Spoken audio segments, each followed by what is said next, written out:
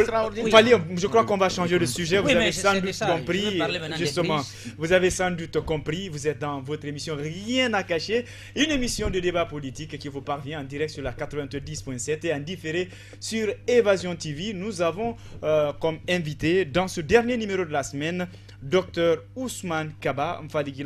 On va parler de cette crise qui vient justement de prendre fin. Il s'agit de la crise syndicale. Oui, alors la crise syndicale, Dr Ousmane Kaba, vous avez suivi naturellement comment cette crise a été gérée. Le Premier ministre Dr Ibrahima Kassori Fofana, son arrivée, a pris son bâton de pèlerin pour sillonner dans les QG, rencontrer les acteurs sociaux, mais par la suite, on a vu ce que ça donnait. Le pays a été plongé, naturellement, l'école guinéenne a été plongée dans une crise aiguë, mais qui, par la volonté des uns et des autres, a été résolue hier. Ma question est la suivante. Quelle appréciation faites-vous de la façon dont les crises politiques et sociales sont gérées par le Premier ministre et même le chef de l'État? Écoutez, moi je dois d'abord exprimer ma satisfaction. Aujourd'hui, je me sens un peu plus léger parce que c'est très grave.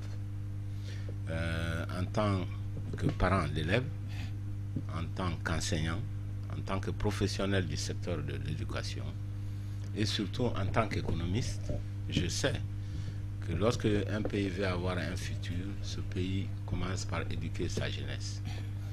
J'ai toujours déploré que le sujet de l'école soit un sujet de politiciens. Ça n'a aucun sens. Mettons l'école en dehors de la politique pour une fois.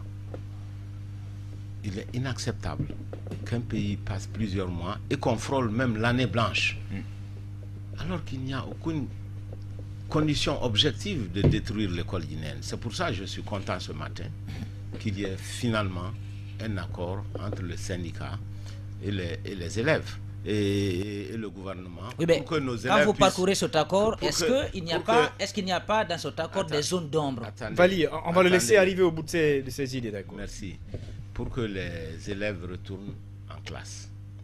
Deuxième élément que j'aime toujours souligner, il faut savoir que notre pays est le pays qui ne met pas l'accent sur l'éducation.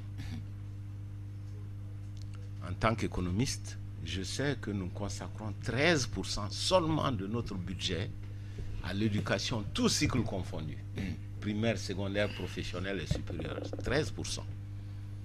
Les pays qui nous entourent, Mali, Sénégal, Côte d'Ivoire, dépensent en moyenne 35% de leur budget pour l'éducation.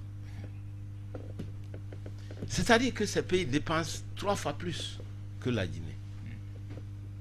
Alors, si vous me demandez, messieurs, si l'éducation est votre priorité, moi je vous renvoie la question, comment vous partagez votre salaire entre les frais de vos enfants et d'aller en boîte de nuit?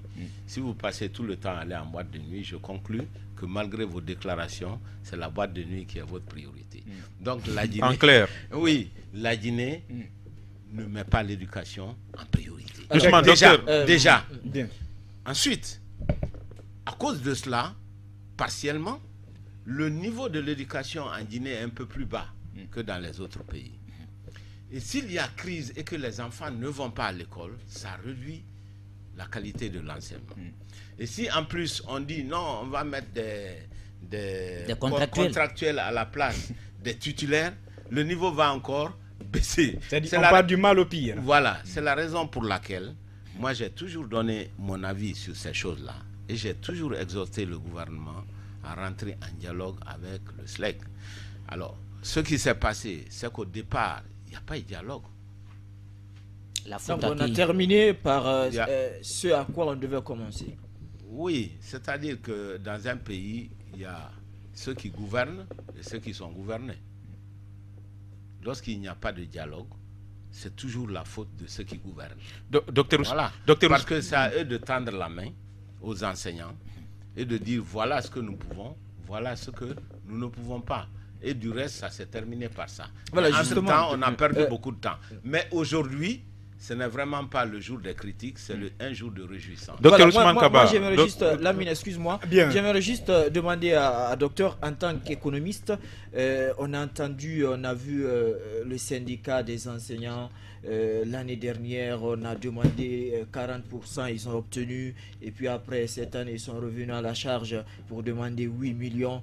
Vous, en tant qu'économiste, est-ce que vous avez trouvé réaliste de la part du SLEG de demander 8 millions comme salaire de base? Est-ce que c'était faisable? Est-ce que c'était tenable par l'économie guinéenne? Écoutez, à mon avis, c'est une question inappropriée. J'ai donné mon avis sur ce sujet dès le départ. J'ai trouvé que c'était excessif, mais le syndicat lui-même a dit que c'était un point de départ, comme on le dit, bargaining position. C'est-à-dire, c'est juste un point pour qu'on entame des discussions. C'était au gouvernement de dire, voilà ce que nous pouvons. Ce que vous demandez, c'est très bien, mais nous n'avons pas les moyens de vous les donner. Voilà ce que nous pouvons. Voilà. Et c'est ce qui n'avait pas été fait dans les formes. Et c'est à cause de cela qu'on a perdu inutilement du temps. Donc vous rejoignez le Premier ministre. Finalement, on s'est retrouvés. Le gouvernement et les SLEG, le gouvernement a dit, voilà, je ne peux pas, mais faisons l'audit, cherchons des fictifs. Toute économie qui va se dégager de cet exercice sera rajoutée à vos salaires. Et finalement, ils se sont entendus sur ça. C'est une très bonne chose. Docteur,